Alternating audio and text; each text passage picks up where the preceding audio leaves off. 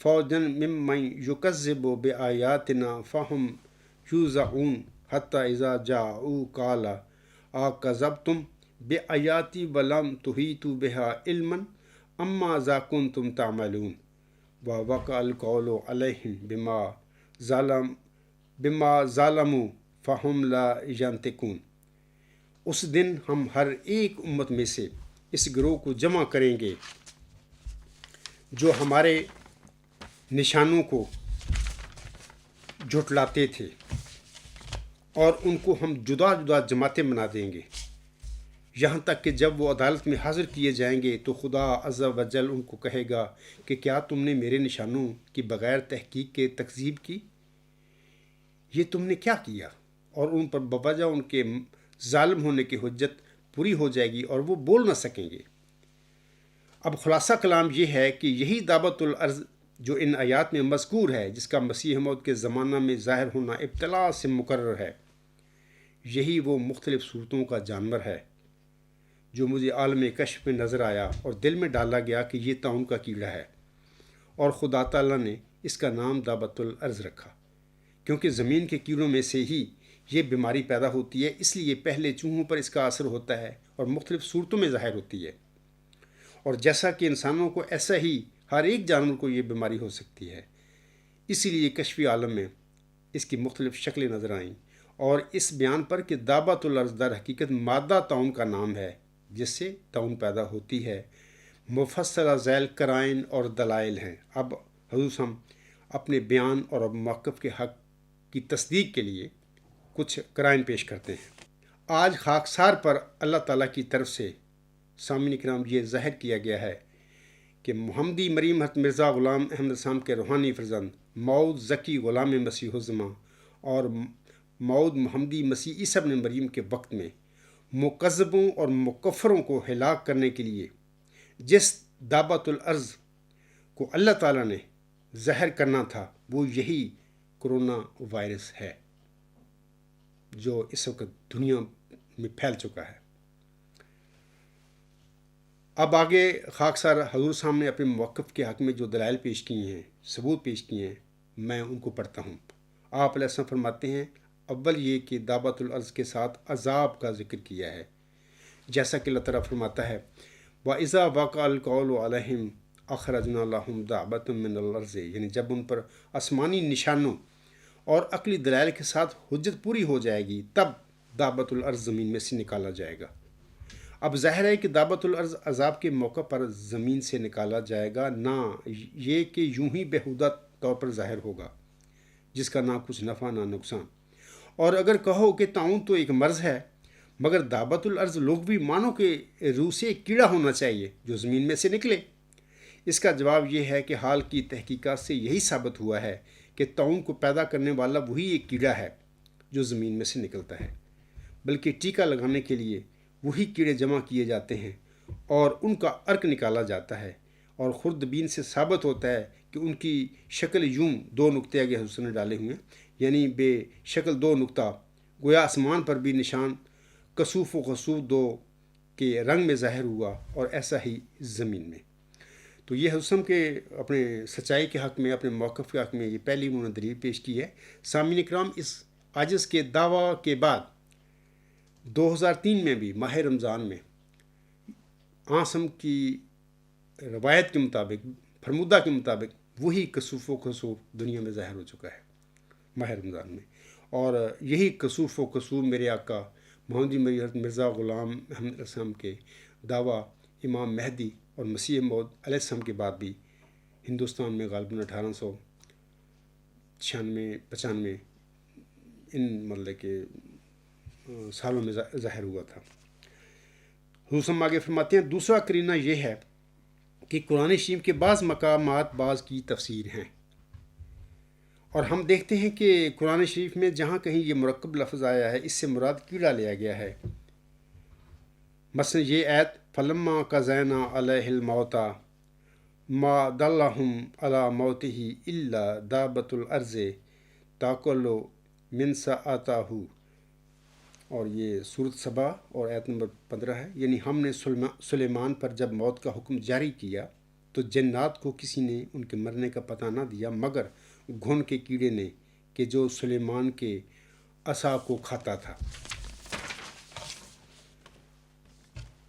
یعنی صورت السما یعنی صورت السبا الجز و نمبر 22. اب دیکھو اس جگہ بھی یہ کیڑے کا نام دابت الارض رکھا گیا.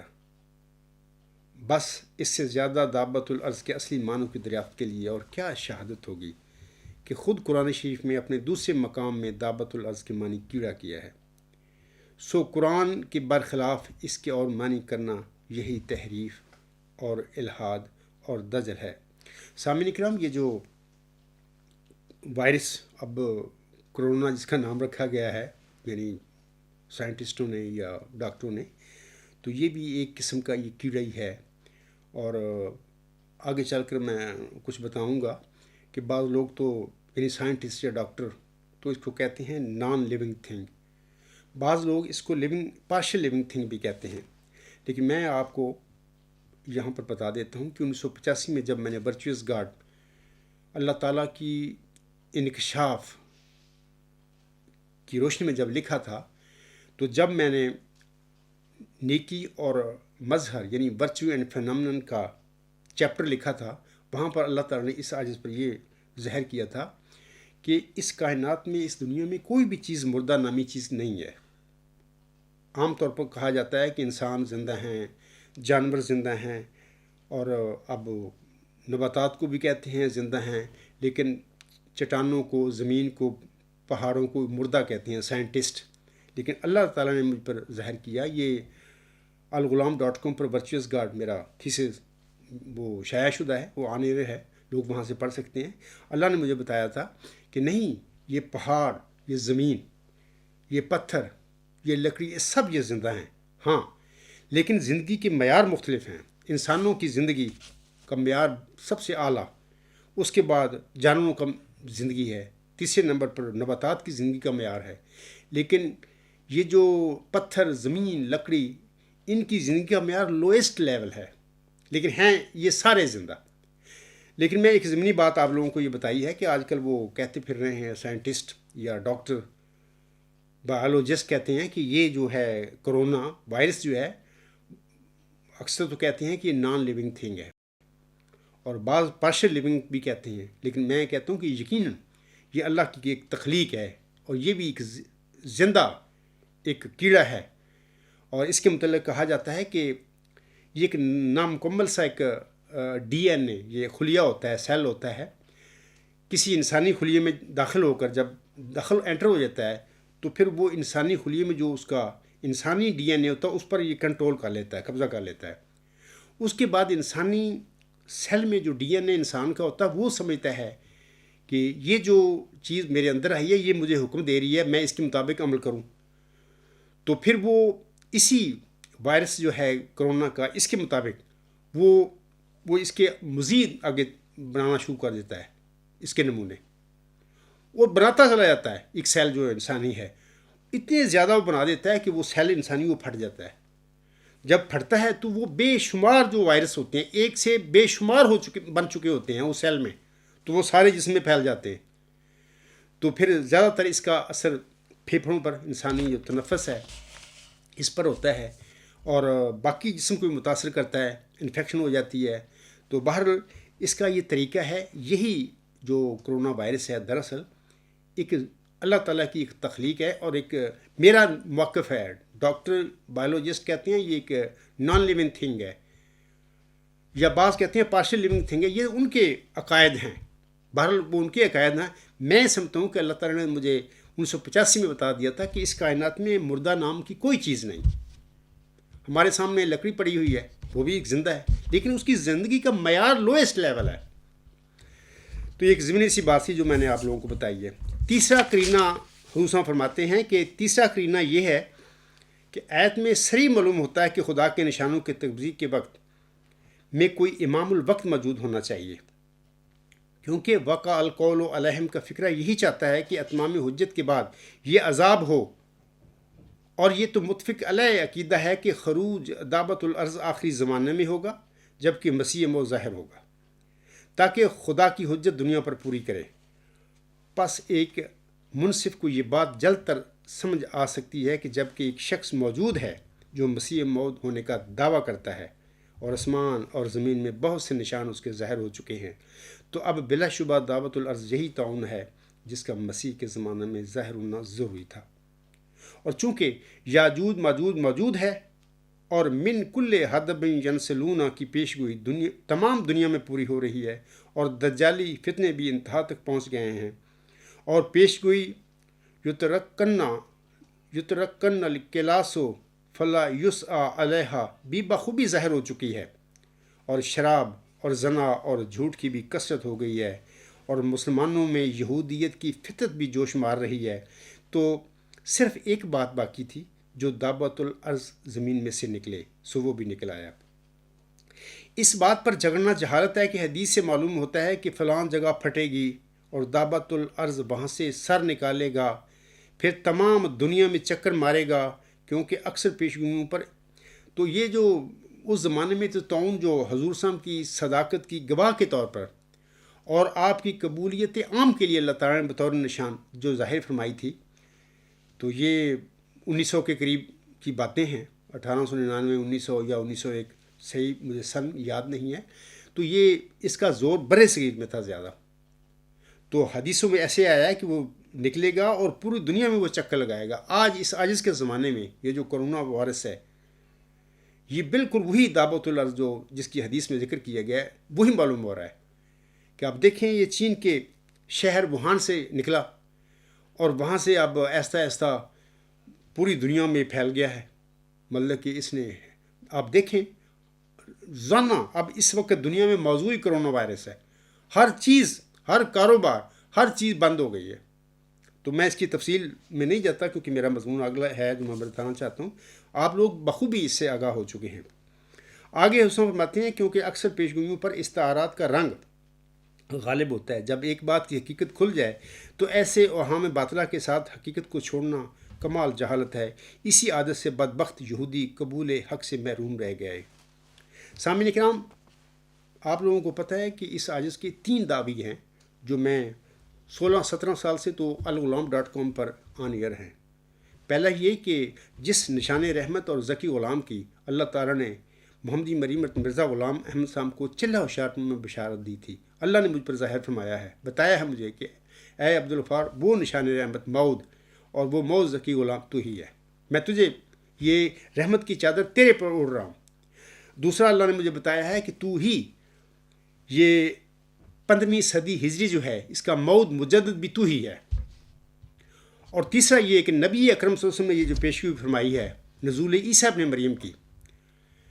تو اس پیشگوئی کے مطابق جس موعود مسیح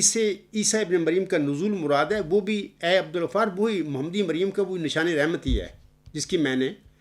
بطور ذکی غلام کے محمدی مریم کو چلہ ہوشیارپور میں الہامی پیشگوئی میں بشارت بخشی تھی۔ یہ بھی میرا خاکسار کا 16-17 سال سے بلکہ 1993 سے یہ میرا دعویٰ ہے۔ جماعت احمدیہ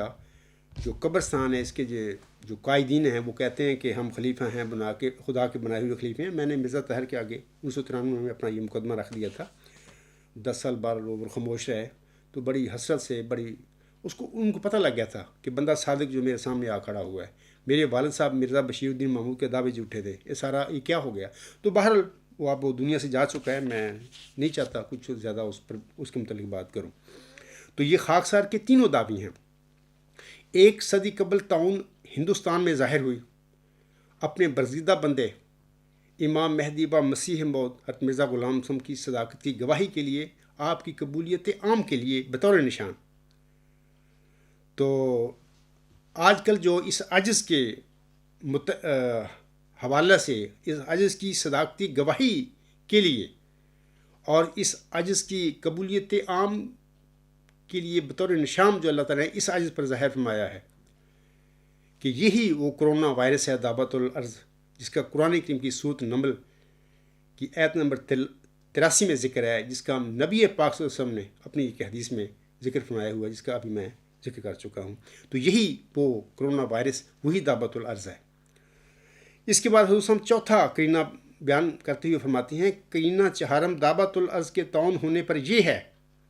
کہ سورۃ فاتحہ میں ایک رنگ میں یہ پیش گوئی کی گئی ہے کہ کسی وقت بعض مسلمان بھی وہ یہودی بن جائیں گے جو حضرت عیسیٰ علیہ السلام کے وقت میں تھے، جو آخری کار طاعون وغیرہ بلاؤں سے ہلاک کیے گئے تھے، کیونکہ اللہ تعالیٰ کی قدیم سے یہ عادت ہے کہ جب ایک قوم کو کسی فعل سے منع کرتا ہے تو ضرور اس کی تقدیر میں یہ ہوتا ہے کہ بعض ان میں سے اس فعل کے ضرور مرتکب ہوں گے۔ چونکہ خدا تعالیٰ جانتا تھا کہ آخری زمانے میں اسی امت میں سے مسیح موعود آئے گا اور بعض یہودی صفت مسلمانوں میں سے اس کو کافر قرار دیں گے اور قتل کے درپے ہوں گے اور اس کی سخت توہین اور تکفیر کریں گے۔ یہ ایک صدی پہلے کی باتیں حضور صلی اللہ علیہ وسلم فرما رہے ہیں۔ حضور صلی اللہ علیہ وسلم کے ساتھ یہی مخالف لوگوں نے یہ کیا تھا۔ آگے اس نے فرماتے ہیں اور نیز جانتا تھا کہ اس زمانہ میں تثلیث کا مذہب ترقی پر ہوگا اور بہت سے بدقسمت انسان عیسائی یعنی مسلمان عیسائی ہو جائیں گے، اس لیے اس نے مسلمانوں کو یہ دعا سکھلائی، اور اس دعا میں مغضوب علیہم کا جو لفظ ہے وہ بلند آواز سے کہہ رہا ہے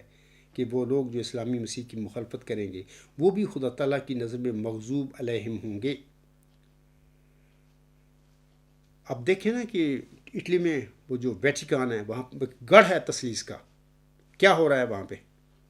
تو کسی انسان کا تو منصوبہ نہیں ہو سکتا، یہ اللہ کی تقدیر کام کر رہی ہے۔ اس برگزیدہ جو نبی تھا اللہ نے یہودیوں کی طرف، بنی اسرائیل کی طرف اس کو بھیجا تھا، انہوں نے بدبختوں نے اس کے ساتھ کیا کیا، اور اس کے بعد یعنی جب وہ چلا گیا اس دنیا سے تو بعض اس کے بدبخت وہ سینٹ پال کی یہ سب تماشے ہیں، جھوٹی خوابیں بنا کر اس کو خدا کا بیٹا بنا کے اس نے ایک ایسا شرکیہ عقیدہ دنیا میں پیدا کر دیا کہ 2000 سال سے لوگ جو اس بیچارہ مظلوم نبی، بے قصور نبی بیچارہ اللہ کا برزیدہ، تو اس کو خدا کا بیٹا نعوذ باللہ بنا کر بیٹھے ہوئے ہیں۔ اور اس تثلیث کا گڑھ جو ہے اس وقت اٹلی، ان کا شہر روم جو ہے، وہاں پہ ویٹیکن ان کا پوپ بیٹھتا ہے، خلیفہ جو اس کو کہتے ہیں۔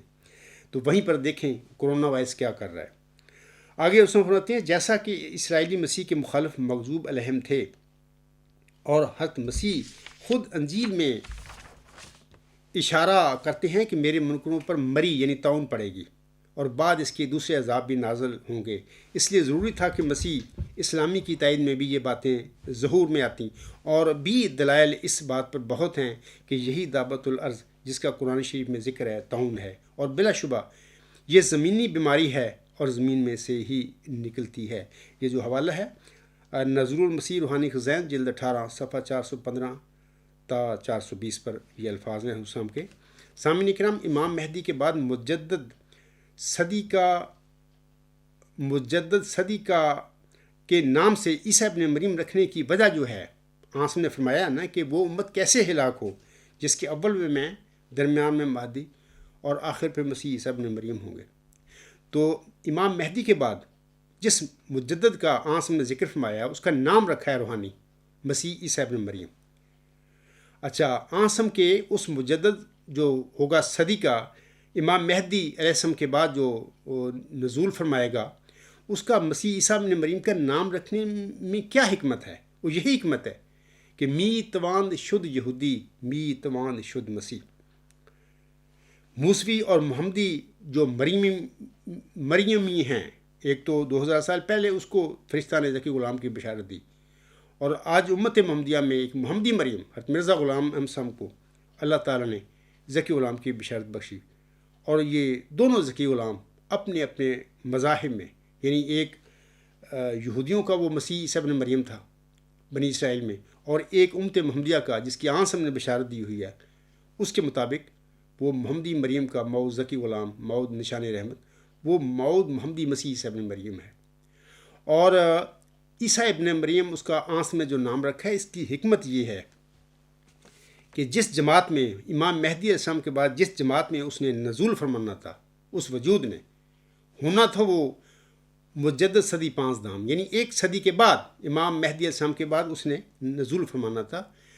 تو چونکہ اس نے بھی یہودی صفت لوگوں میں، بلکہ یہودیوں سے بھی 2 قدم آگے جن لوگوں نے آگے چلا جانا تھا، ان میں اس نے نزول فرمانا تھا، تبھی اللہ تعالیٰ نے آنسم کے دل میں یہی ڈالا کہ وہ اصل میں امت محمدیہ میں نزول فرمانے والا وجود امام مہدی علیہ السلام کے بعد وہ مسیح عیسیٰ ابن مریم ہوگا۔ اسی طرح جس طرح 2000 سال پہلے بنی اسرائیل میں یہودیوں میں ایک موعود مسیح عیسی ابن مریم نازل ہوا تھا، اور وہ وہی ذکی غلام تھا جس کی فرشتہ نے موسوی مریم علیہ السلام کو بشارت دی تھی۔ تو ایسے ہی امت محمدیہ میں یہ عاجز بطور مسیح عیسی ابن مریم، محمدی مسیح عیسی ابن مریم جس جماعت میں پیدا ہوا، وہی جماعت احمدیہ قادیان، اب تو وہ قبرستان میں کہتا ہوں تو قبرستان ہے۔ 1914 میں مرزا غلام صاحب کے بیٹے نے اس جماعت پر قبضہ کیا۔ تفصیل ہے میری، میں اس کی طرف نہیں جاتا، بارہا بتا چکا ہوں۔ تو نام جماعت احمدیہ کا لے رہے ہیں سارے لوگ، لیکن اندر ان کا احمدیت سے کوئی تعلق نہیں، نہ اسلام سے کوئی ان کا تعلق ہے، نہ قرآن سے کوئی تعلق ہے، نہ مرزا غلام احمد صاحب کے مبشر الہامات سے کوئی ان کا تعلق ہے۔ صرف نام استعمال کرتے ہیں لوگ، اور یہودیوں سے بھی بدتر 2 قدم آگے ان کا سسٹم دیکھو۔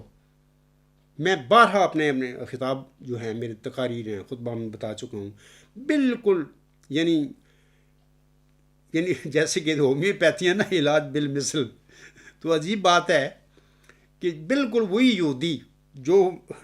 بنی اسرائیل میں پیدا ہوئے تھے موسیٰ صاحب کے بعد، بدبخت تھے وہ لوگ، نبیوں کے قاتل، مغضوب علیہم، بین ہی سے ان کا فرقہ امت محمدیہ میں امام مہدی علیہ السلام کے بعد پیدا بن جانا تھا۔ یعنی آپ کی جماعت کے لوگوں میں ہی بعض لوگوں نے اس کی جماعت پر قبضہ کر کے تو وہی یہودیوں نہ رنگ اختیار کر لینا تھا۔ می توان شد مسیح، می توان شد یہودی، می توان شد مسیح کا یہی لفظ ہے، یہی مطلب ہے کہ ہم نے امام مہدی کے بعد نزول ہونے والا جو موعود مجدد ہے اس کو مسیح عیسی ابن مریم کا روحانی نام دیا۔ اس کی وجہ یہی تھی کہ انہوں نے یہودی صرف لوگوں میں مطلب کہ اس کا نزول ہونا تھا۔ علاوہ اس کے سامنے کرام اگر 1 صدی پہلے مسلمان جو تھے جن میں مرزا غلام صاحب ظاہر ہوئے تھے، نازل ہوئے تھے، وہ ان میں بھی یہودیانہ رنگ تھا بہت زیادہ، لیکن میں یہ سمجھتا ہوں کہ اگر اس وقت کوئی ان کے یہودی بننے میں کمی تھی تو علامہ اقبال نے اپنے مضمون میں اپنے اشعار میں یہ پوری کمی کر دی کہ اب جس فرقے میں، جس جماعت میں، جس کمیونٹی میں یہ عاجز پیدا ہوا، جس کو اللہ تعالیٰ نے موعود ذکی غلام مسیح الزماں، موعود نشان رحمت یا موعود مجدد صدی 5 دان بنایا ہے، یا اللہ تعالیٰ نے نبی پاک صلی اللہ علیہ وسلم کی پیشگوئی نزول مسیح عیسی ابن مریم کی اس کے وجود میں پوری فرمائی ہے، اسی پیشگوئی کا وہ اصل مصداق ہے، یعنی جس مسیح عیسی ابن مریم میں امام مہدی علیہ السلام کے بعد نزول فرمانا ہے، اس کا جو مصداق ہوں میں، وہ کس جماعت میں پیدا ہوا؟ وہی جماعت ہے، یعنی یہودیوں کی طرح نہیں، یہودیوں سے بڑھ کر 2 قدم آگے۔ اقبال کہتے ہیں شور ہے ہو گئے دنیا سے مسلمان نابود، ہم یہ کہتے ہیں کہ تھے بھی کہیں مسلم موجود، وضع میں تم ہو نصارہ تو تمدن میں ہنود، یہ مسلمان ہیں جنہیں دیکھ کے شرمائیں یہود، یوں تو سید بھی ہو، مرزا بھی ہو، افغان بھی ہو، تم سبھی کچھ ہو، بتاؤ تو مسلمان بھی ہو۔ تو سامعین کرام یہ دیکھیں، بالکل یہ وہی باتیں ہیں جو 1 صدی پہلے حضرت مرزا غلام صاحب کے زمانے میں بھی وہی یہودیانہ صرف مولوی تھے اور انہوں نے ڈٹ کر مخالفت کی۔ تو آج بھی وہی جماعت جس میں یہ عاجز پیدا ہوا، یا وہ جماعت جو مرزا غلام صاحب علیہ السلام چھوڑ کے گئے تھے، جس پر مرزا بشیر الدین محمود نے مولوی نور الدین رضی اللہ تعالیٰ عنہ کے دور قیادت میں تنظیمیں بنا کر عملاً اپنی جماعت اصل میں ابتدا کر لی تھی بنانے کی، اور پھر ان کی وفات کے موقع پر 1914 میں اپنی مجلس انصار کے نام نہاد جو احمدی تھے یا صحابی تھے یا دنیا پرست لوگ تھے، انہی کے 40 حواریوں سے وہ تائیدی ووٹ دے کر اپنا خلیفہ ثانی بن بیٹھے، جبکہ وہ 1925 میں 19 اکتوبر 1925 میں ایک تقریر میں وہ کہتے ہیں کہ انجمن احمدیہ، صدر انجمن احمدیہ میں تو مرزا غلام صاحب کسی خلافت کا ذکر ہی نہیں کر کے گئے۔ بہرحال تو یعنی ان سے بندہ پوچھے، یا آج تک کوئی احمدی پوچھتے نہیں ان لوگوں سے بھی، وہ 1914 میں خلیفہ ثانی کس بات کے بنتے پھر رہے تھے، اور پھر صرف خلیفہ ثانی نہیں، خدا کا بنایا ہوا خلیفہ، پھر صرف خدا کا خلیفہ نہیں بلکہ کہتے ہیں قدرت ثانیہ کا مظہر ثانی۔ اللہ تعالیٰ ان لوگوں پر رحم کرے اگر یہ رحم کے قابل ہیں، اور ان کو ہدایت بھی دے اگر یہ ہدایت کے قابل ہیں۔ سامعین کرام اور اے میرے احمدی بہنوں، بھائیوں اور بزرگوں، آپ کے نام نہاد خلیفہ مرزا مسرور احمد اور اس کی پارٹی یعنی بلائے قادیان کا ابو جہل اور فرعون کی طرح خاکسار اور میرے دیگر ساتھیوں پر ظلم و ستم جو انہوں نے ڈھایا ہوا ہے، اس کا کیا جواز ہے ان کے پاس؟ دین میں تو کوئی جبر نہیں ہے۔ اس عاجز نے مرزا طاہر احمد کے آگے اپنا مقدمہ رکھا، اس نے 10 سال چھپائے رکھا۔ میں اللہ تعالیٰ کی رضا کے مطابق، اس کے حکم مطابق خاموش رہا۔ اس کے وفات کے بعد یہ اپنی زندگی میں اس کا وہ کر گئے تھے، اس کی لین سیدھی کر گئے تھے مرزا مسعود صاحب کی۔ تو اس کی 2003 میں یہ اپنا وہ گدی جو ان کی ہے اس پر بیٹھا، تو میں نے 12 دسمبر 2003 میں اپنا مقدمہ الغلام.com کے ذریعے اوپن کر دیا۔ عام جو انسان ہیں ان میں اپنا دعویٰ لے کے آ گیا، اور ان کے آگے بھی رکھا، مرزا مسرور کے آگے بھی رکھا۔ تو انہوں نے 35 2004 میں جنوری میں اس عاجز کا، میری اہلیہ اور میرے بچے وہ تو بیچارے تھے ہی اس کو چھوٹے، ان کو کیا پتا تھا مذہب کا، ان ساروں کا اخراج اور مقاطع کر کے بٹھا دیا کیل میں۔ آج تک ان ظالموں نے اس عاجز کا، میرے اہل و عیال کا، میرے دیگر ساتھیوں کا اخراج اور مقاطع مرزا غلام صاحب کی جماعت سے کیا ہوا ہے۔ تبھی مرزا بشیر الدین محمود نے 1914 میں اس مرزا غلام صاحب کی جماعت احمدیہ پر قبضہ کیا تھا۔ نام مرزا غلام صاحب کی جماعت احمدیہ کا لیتے ہیں، جبکہ اندر اپنا سارا کاروبار دنیا کا سارا کاروبار ہے۔ نام محمد صاحب کے بھی لیتے ہیں، قرآن کی بھی ایتیں پڑھتے ہیں، اور بڑے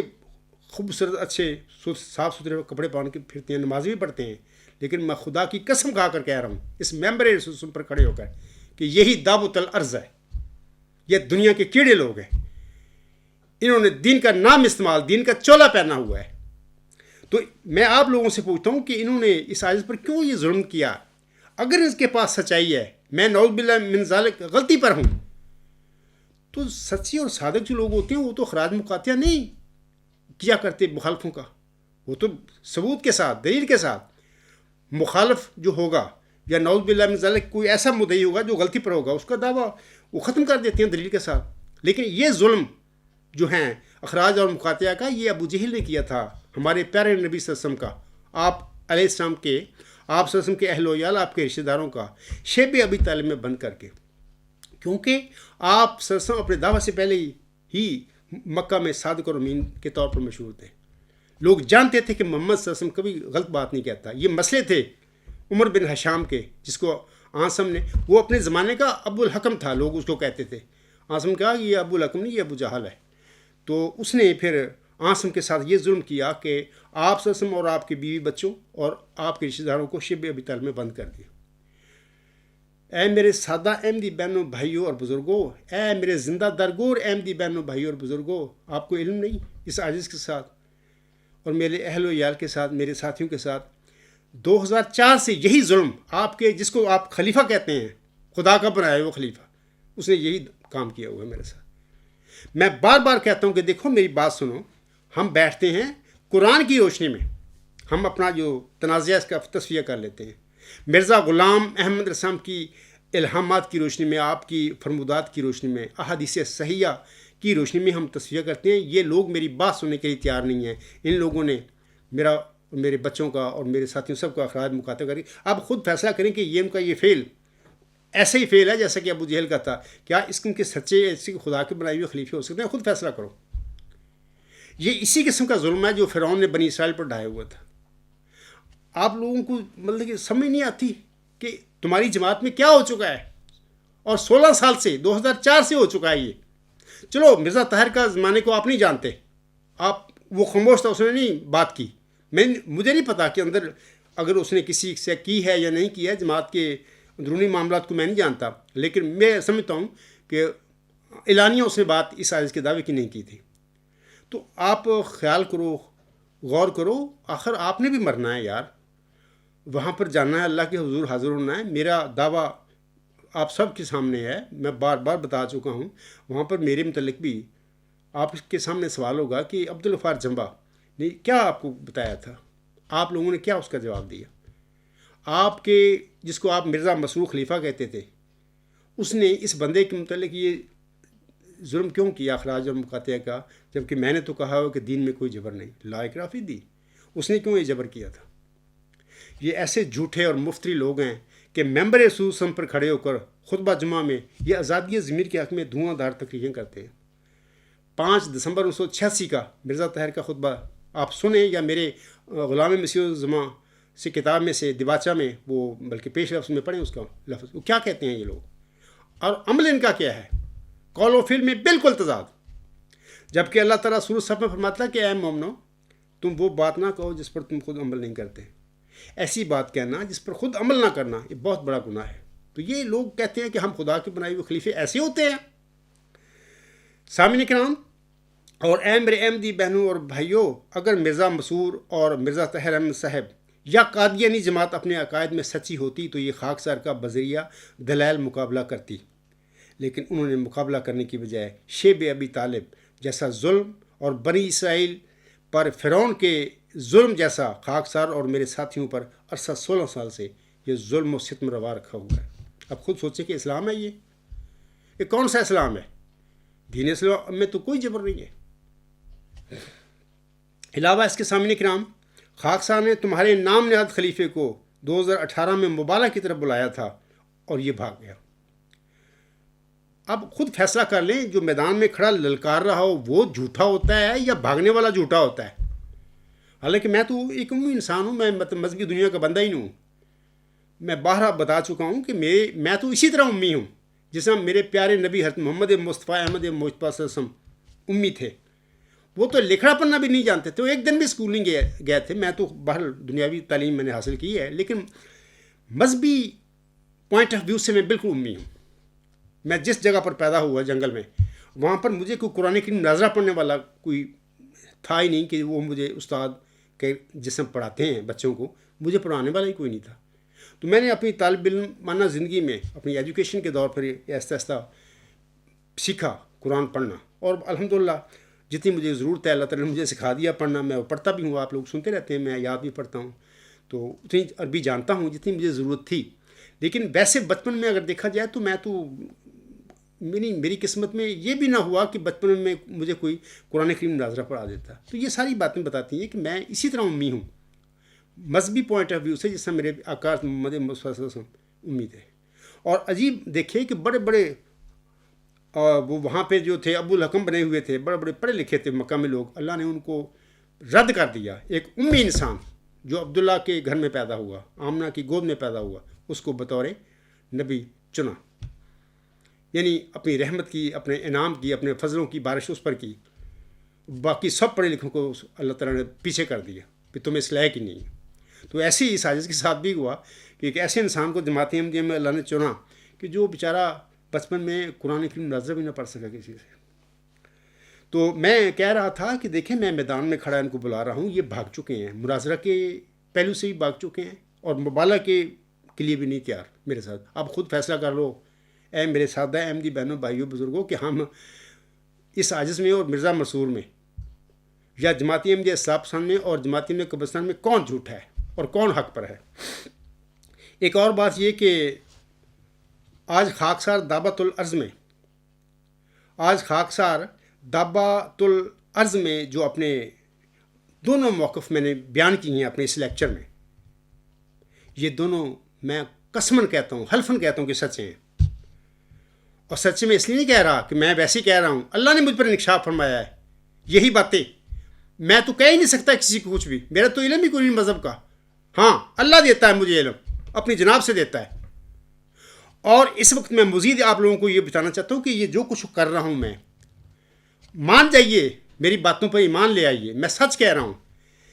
مرزا غلام احمد کو سب کچھ پتہ ہے کہ میرا موز ذکی غلام اس وقت دنیا میں کیا کر رہا ہے اور میری اولاد کیا کر کے بیٹھی ہوئی ہے، اس کے ساتھ کیا کر رہی ہے. اس نے مجھے خبریں دی ہیں، اس کی روح نے مجھے بتایا ہے کہ میں زمین پر تیری مدد کے لیے اب اتروں گا. یقیناً یہ جو کچھ ہو رہا ہے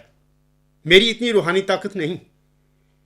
یہ اسی برزگیدہ محمدی مریم مرزا غلام صاحب کے روح کی طاقت ہے. یہ سارا کچھ اس عاجز کے حق میں ہو رہا ہے. اور مرزا مسور احمد اور بلائے قادیان کی جڑ کاٹنے کے لیے اور ان لوگوں کو نیست و نابود اور ذلیل و رسوا کرنے کے لیے ساری باتیں اس وقت جو ہو رہی ہیں دنیا میں، یہ ساری اسی لیے ہو رہی ہیں. اور ان کے پیچھے حضرت مرزا غلام احمد صاحب کی روح کام کر رہی ہے، حضرت محمد مصطفیٰ احمد مجتبیٰ صلی اللہ علیہ وسلم کی روح کام کر رہی ہے. میں خدا کی قسم کھا کے کہہ رہا ہوں کہ میں صادق ہوں اور میں مرزا غلام احمد صاحب کی موز ذکی غلام ہوں. اور میں اسی طرح حضرت محمد مصطفیٰ احمد مصطفیٰ صلی اللہ علیہ وسلم کا بھی ایک ادنا سا غلام ہوں، اور یہ غلامی ان کی ملنا یہ میری خوش قسمتی ہے۔ میرے پاس نہ اتنا تقویٰ تھا، نہ اتنی میرے میں لیاقت بھی تھی، نہ میں کسی مذہبی خاندان کا یا علماء و فضلاء کے خاندان کا کوئی چشم و چراغ ہوں۔ میں تو ایک ان پڑھ فیملی کا، ایک کاشتکار فیملی میں پیدا ہونے والا انسان ہوں، مجھے تو پتہ نہیں تھا۔ آپ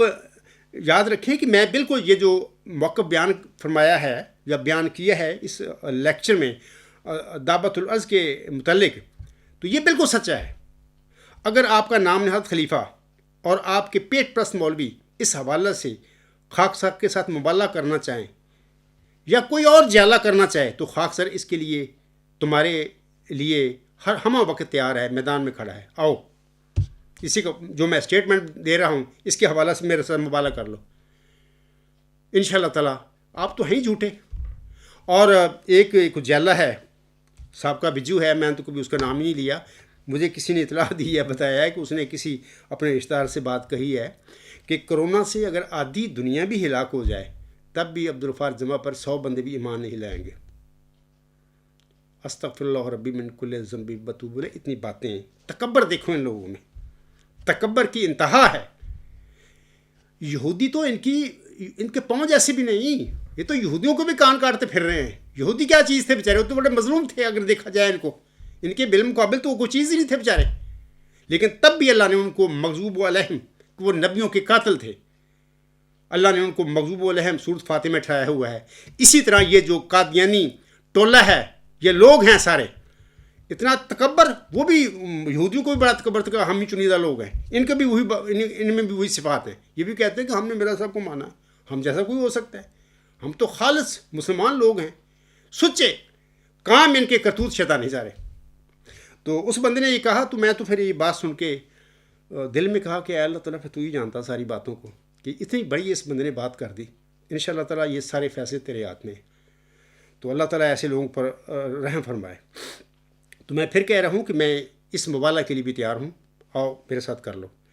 اس وقت سامعین کرام دنیا سیاست اور دنیا مذہب میں ظلم اور استفاق کی عروج پر ہے، یعنی دنیا سیاست میں بھی، دنیا مذہب میں بھی، یعنی دونوں دنیاؤں میں انصاف اور سچائی کا خون ہو رہا ہے۔ اور جو سچے لوگ ہیں اور بطور خاص جو مسلمان ہیں، مخالفین ان کو ٹکڑے گاجر مولی کی طرح قتل کرتے پھر رہے ہیں۔ آپ دیکھیں کیا ہو رہا ہے ہندوستان میں، وہ کشمیری بیچارے مظلوم ہیں، ان کا کیا قصور ہے؟ 7-8 مہینے سے ایک شخص نے، جو وزیر اعظم ہے ہندوستان کا، اس نے ان کو وہاں پہ کرفیو لگایا ہوا ہے، وہ بند بیٹھے ہیں 7-8 مہینے۔ دیکھو ان غریبوں کی اللہ نے سن لی، پھر اب پوری دنیا کرفیو میں چلے گئی ہے۔ میں یہ بھی سمجھتا ہوں کہ یہ بھی ان مظلوموں کی کوئی آہوں کا، کوئی دعاؤں کا نتیجہ ہے، اس میں یہ کام ہونے میں بھی ان کا اثر ہے کوئی، کہ ظلم و ستم کی انتہا ہے۔ اور دلی میں مہینہ ڈیڑھ پہلے 50 مسلمانوں کو بغیر کسی قصور کے شہید کر دیا، ان کے گھر لوٹ لیے، ان کی جائیدادیں مکان جلا دیے۔ کیا قصور ہے یار؟ کہ مسلمان ہونا اس دنیا میں اس کو قصور ہے؟ لیکن ہے، اس کی وجہ یہ ہے کہ ہمارے مسلمان جو ہے، عالم اسلام جو ہے، اس کے سارے سربراہ جتنے بھی مسلمان ملک ہیں، سارے اکثر غدار ہیں وہ لوگ۔ انہوں نے اپنے وسائل کو بیچا ہوا ہے مخالفوں کے آگے، اور اپنی جن پر وہ حکمران ہیں اپنی ملکوں کے، ان پر ظلم کرتے ہیں، ان کو بنیادی حقوق بھی نہیں دیتے، بنیادی حقوق جو UN میں تسلیم شدہ ہیں وہ بھی نہیں دیتے۔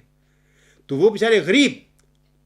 اپنی زندگیاں کاٹ رہے ہیں سارے عالم اسلام میں، اکثر ملکوں میں۔ تو مخالف جو ان کو گاجر مولی کی طرح کاٹتے پھر رہے ہیں، اور مسلمان ملکوں کو سربراہوں کو، جن کے پاس پیسہ بھی بہت ہے، اسلحہ بھی بہت ہے، بڑی طاقت ہے ان کی، لیکن وہ بولنے کے لیے، لفظ منہ سے نکالنے کے لیے تیار نہیں۔ فلسطین ہے بیچارے، وہاں پہ عربیوں پر کیا ہو رہا ہے؟ یہ دنیا مذہب ہے یا دنیا سیاست ہے؟ وہاں پر ظلم و ستم عروج پر پہنچ گیا ہے۔ یہ مرزا مسور اور اس طرح پاکستان میں جماعت احمدیہ مرزا غلام صاحب کے جو ماننے والے ہیں، ان پر کیا ظلم کیا ہوا ہے ان لوگوں نے؟ پاکستان کی تخلیق ہوئی، وہ بیچارے سب سے آگے تھے۔ آج وہ پاکستان جس کے بنانے کے حوالہ سے مولویان جو تھے، وہ قائد اعظم کو بھی کافر اعظم کہا کرتے تھے، اور پاکستان کو بھی پلیدستان کہا کرتے تھے۔ آج پاکستان ان کی جھولی میں ہے،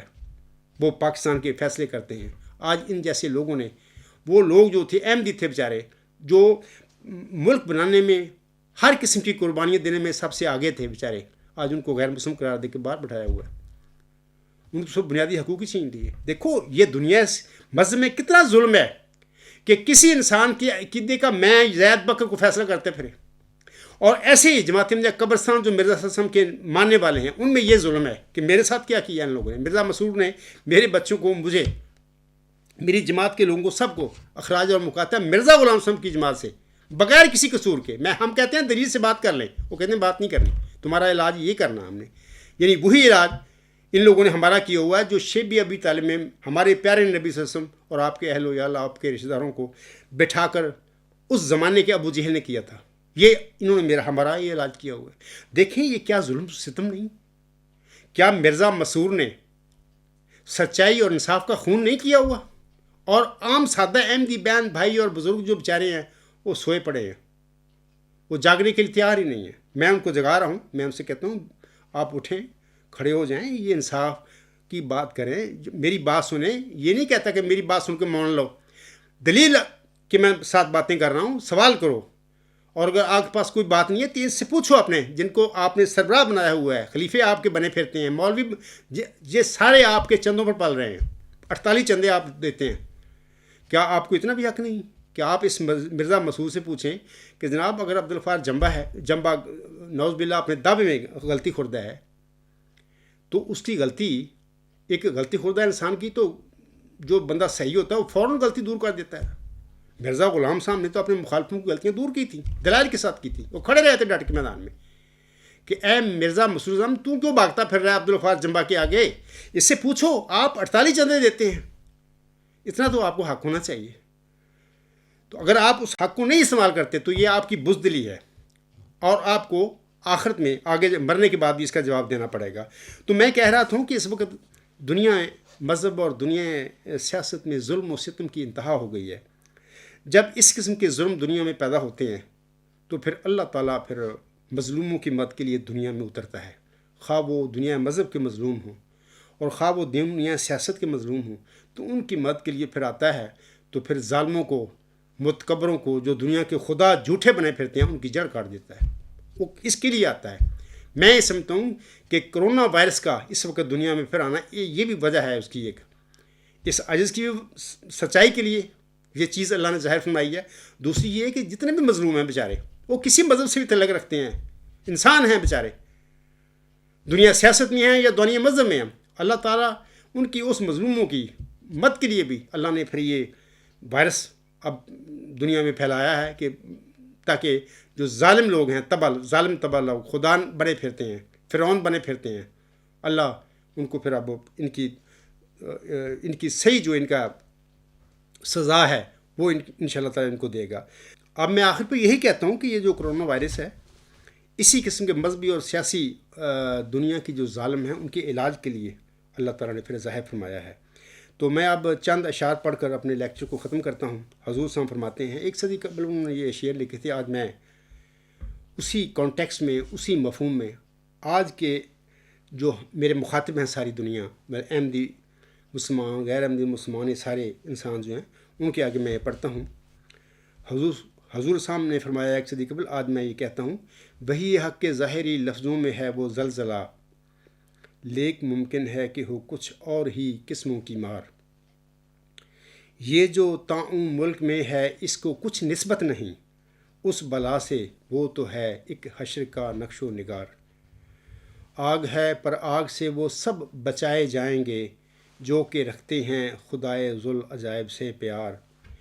انبیاء سے بغض بھی اے غافلو اچھا نہیں،